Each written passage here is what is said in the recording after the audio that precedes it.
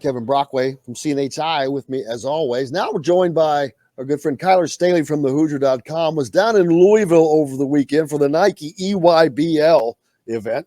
Kyler, welcome aboard, man. Hey, yeah, thanks for having me, guys. Good to be back on the show. Always a pleasure. So how was the weekend? Who stood out? Yeah, no, it was a good weekend. Unfortunately, it wasn't a live period like we had expected it to be, which was pretty shocking in a way. So that was a little different. But as far as guys that kind of stood out, that Indiana's, looking at, TJ Power, they've really made a push for him now. He was a big standout. And then Cohen Carr, this was his first time playing on the circuit because he's been out with an injury the past two circuits. So got to see him play. Arton Page played. Got to see him and KJ Evans. So got to see all the guys that are on that Nike circuit perform this weekend. What stands out about TJ Power? I know he's a Springfield, Massachusetts kid from that area. What in particular do you think Indiana's attracted on with him? I think it's his versatility and his IQ. When I look at him, it's almost like when I watch him play, it's what Mike Woodson wants Miller Kopp to be. A more versatile scorer, play inside and out. What's great about Power is he can play positions 1 through 4. Most of his career, he has played that post position. It comes natural for him to have his back to the basket. But, this past weekend, I saw him try to, do a little bit more face-up action. And, he's working on his jump shot, his outside jumper, which he can hit. But, the things that stand out, right away, it's his high IQ. The dude's got like Ivy League school grades right now. So very, very smart player. And then one is just his versatility. And he's just improving. And, I think he could come in right away and he would fit very well into Mike Woodson's system. Who else did you see that stood out over the weekend that maybe you didn't expect to do so that kind of maybe made a dent? Yeah, so I think he's kind of, falling off the radar just a little bit, but it's Cohen Carr. Like I said, this was his first time playing since he had that finger injury. So he's a little rusty at times, but the dude is just mean. He is mean around the basket, very explosive. He made most of his plays, at the rim. Didn't really shoot a whole lot of jump shots, but, he was really impressive. He made probably the best highlight plays of the weekend. Just incredible dunks and then, worked really well around the rim. So I'm curious to see if Indiana, tries to, make another push at him again. I don't know. Real quick, if you don't mind, you're having a bit of a sound issue. Would you drop out and come right back in? Yeah. Appreciate it. So while we're waiting for him to do that, Kevin, who have you been looking at any of these guys, Kevin? What have you seen? Well, I know of like KJ Evans is a guy that number 2 overall. I was going to ask about him. That's a guy who he plays well, but I just don't see Indiana as having much of a shot at him. He's for another guy from Montverde Academy, but we'll ask Kyler about him. He's back with us. But go ahead and finish what you were talking about there, Kyler. Yeah, so Cohen Carr, he had a really good weekend. Made a lot of explosive plays around the rim. Super athletic, super mean. Player needs to work on his jumper a little bit more. His shooting mechanics is a little off right now, but as far as his athleticism and the way he plays around the rim really stood out to me. The one thing, Kevin, that Indiana has become or gained quickly here of late is the ability to be much, much more selective, and they have gotten much more selective with the talent that they are recruiting and targeting, and making a huge difference. Obviously, we talked earlier about Trace Jackson Davis coming back and how that does make Indiana better, but also some teams not being as good as they were. This is the future of Indiana, and the recruiting is looking pretty solid with the guys that they have coming in already next year and who they might add. Kyler, there's only going to be we don't know how many spots. We never know.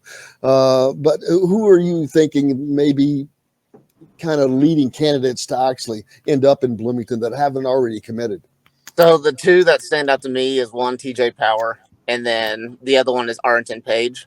They've really made a push for him. Yes. Unfortunately, he did not have a very good weekend. I watched him about 3 times, and he looked very unmotivated. This past weekend, which is kind of a shame. I don't know if it had. Well, that's not a good sign. Having a bad weekend is allowable to me, but when it's that that's a problem. Yeah, not to sugarcoat it or anything, but I mean, I think it might have just been, it wasn't a live period. So, some kids look at it that way.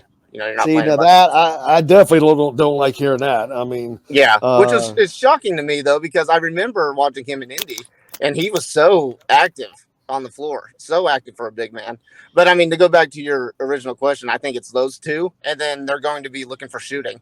Another name that pops up is Brady Dunlap. They haven't offered him yet, but they've built a relationship, and I'm thinking that they should get a visit, sometime this summer with him.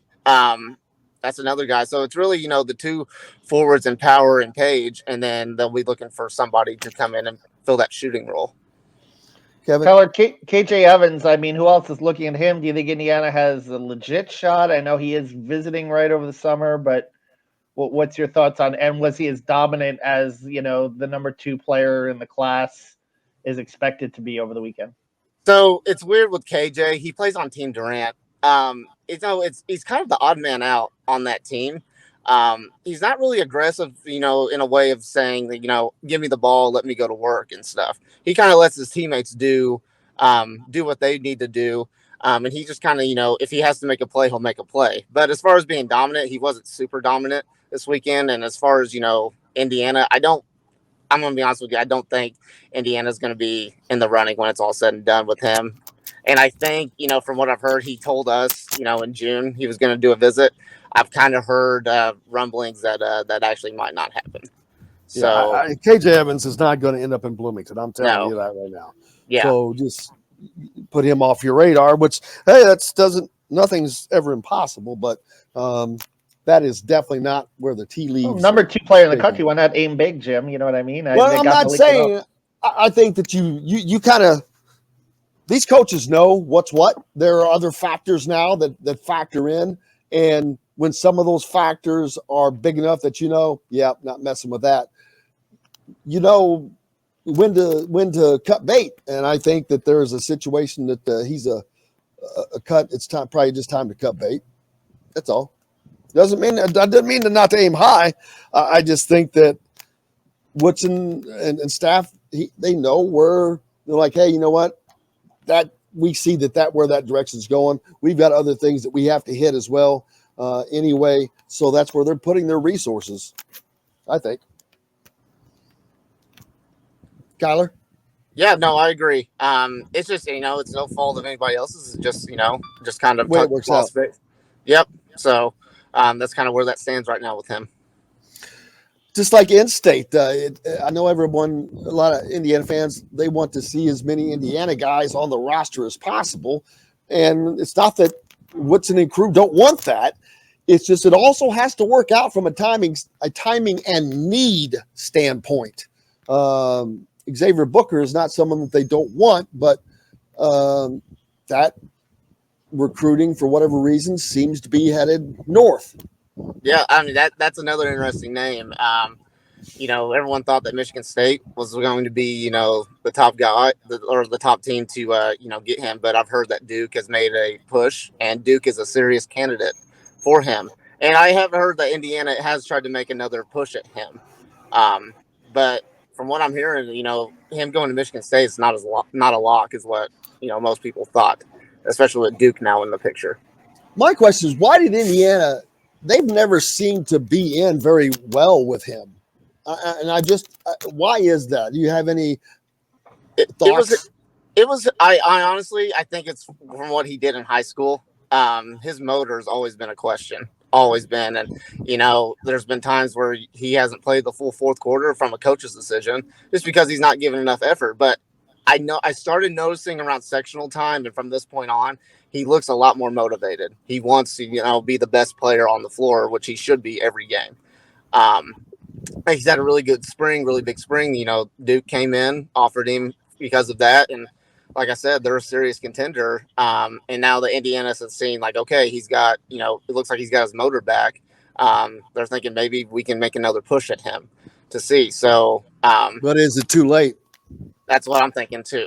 I think it's a little bit too late. And I think it's going to ultimately come down to Duke and Michigan State at this point, with Indiana kind of in that second tier. And they may have a little.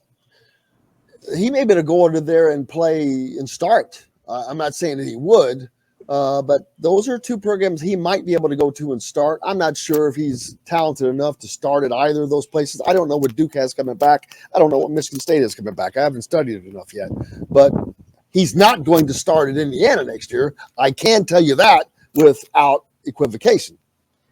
Yeah, I agree. And he's also and then following year, rather. So, yeah, he's also jumped a lot in the rankings as well. He's about to become a 5-star from what I've seen. So the next set of updated rankings, he could have that 5-star title. And now we've got NIL, Kevin. So that brings a lot more potential players to the table. We haven't heard much at all about NIL from either Michigan State or Duke, which is kind of fun, ironic in this situation. I'm sure that they have NIL situations running, but those are two of the schools that I just thought of. I haven't heard a lot about NIL from those two. I'm sure there's some collective somewhere or whatever, you know. I'm sure there are, but I haven't heard a single thing regarding those two schools, which is funny. Yeah, no question. But I think the interesting thing, and you brought up too with Booker with the numbers. I mean, obviously Trace and Race will be gone next year, but you still have Geronimo and Malik Renault coming back, and maybe Logan Duncombe if he continues to develop too. Yeah, so it'll still be a pretty crowded front court next year for him. Yeah, but Booker's a different player, man. Kyler can tell you he's a big guy that can play inside but step outside and shoot from the perimeter. Yeah, he's a true stretch four in every sense of the word. He's not super strong. He really needs to add some strength, long and lanky. But I mean, he can stretch the floor, and it's almost like he prefers to shoot threes rather than working the post at times. Which, if you're hitting them, that's great because you're doing two things: you're drawing someone away from the basket, and you're being successful there, as long as you're hitting those shots. But if he can do that and develop that game, that's going to make him a serious big-time NBA prospect. Yep, I agree. Who else did you see that maybe we haven't talked about? Maybe young. I know you saw. Was Sicily and those guys down there? They weren't there, were they? Yeah, they were there. I didn't get to see a whole lot of them just because I have seen them a ton since the spring has started. So I tried to make a point to see the out-of-state guys. The other guy that stood out, he was playing up, was Liam McNeely. Out of Texas. He's playing up. He's a 2024 playing with the 17 and under. He's got a great body. He stands out on the court. Yeah, no, he definitely had his presence felt. I did notice a little bit, he's not as ball dominant playing up with the older group as he was playing with his age group, but he still made some great plays, really active on defense, real smart player. He's kind of a point forward in a way, sees the floor very well and very good on the driving kickouts and stuff, but he had a real solid weekend and I was really impressed to watch him play. Got to talk to him a little bit and he said he's really honored to have an Indiana offer on the table. The history with IU, and he says Mike Woodson's, one of the smarter coaches out there and knows what he's talking about. So I think, Indiana's going to end up having a chance to get him in the next couple of years. Kevin, I just think it's going to be extraordinarily difficult to get that dude out of Texas because Texas Tech, and Baylor are rolling. As a matter of fact, when I personally got to see him play a few weeks back, there was Baylor's staff sitting right there on the end line. And then I know Texas has got a big whopping NIL fund going, and Texas Tech has been landing some really good players. So they're going to be a hell of a team next year, I think. So I just think it's going to be really difficult to get that dude out of Texas. But man, oh man, I love his game. Big 6'8", wing that can shoot, and he's not skinny. He's got a good build on him. Like he should be able to step in and take the pounding. I'm not saying he can step in and start for somebody. I don't know that, but he can handle the play. He can handle that move up. It's not going to be a big acclamation for him. Well, I think the key is winning. Right, if you're a winner next year, and if you're team that makes the Sweet 16, goes beyond next year, a school like Indiana, all of a sudden it becomes cool to be a Hoosier again, right? You know what I mean? And it becomes that national program. So maybe you can pluck a guy like Sicily out of Texas by doing that. Kenneth asked the question, this 2020 or 23 class has so many wild up and down grades in the ranking. Is the class super deep, or is everyone inconsistent, or just a lot of guys coming on? I mean, I think it's a combination of both or all of the above right there.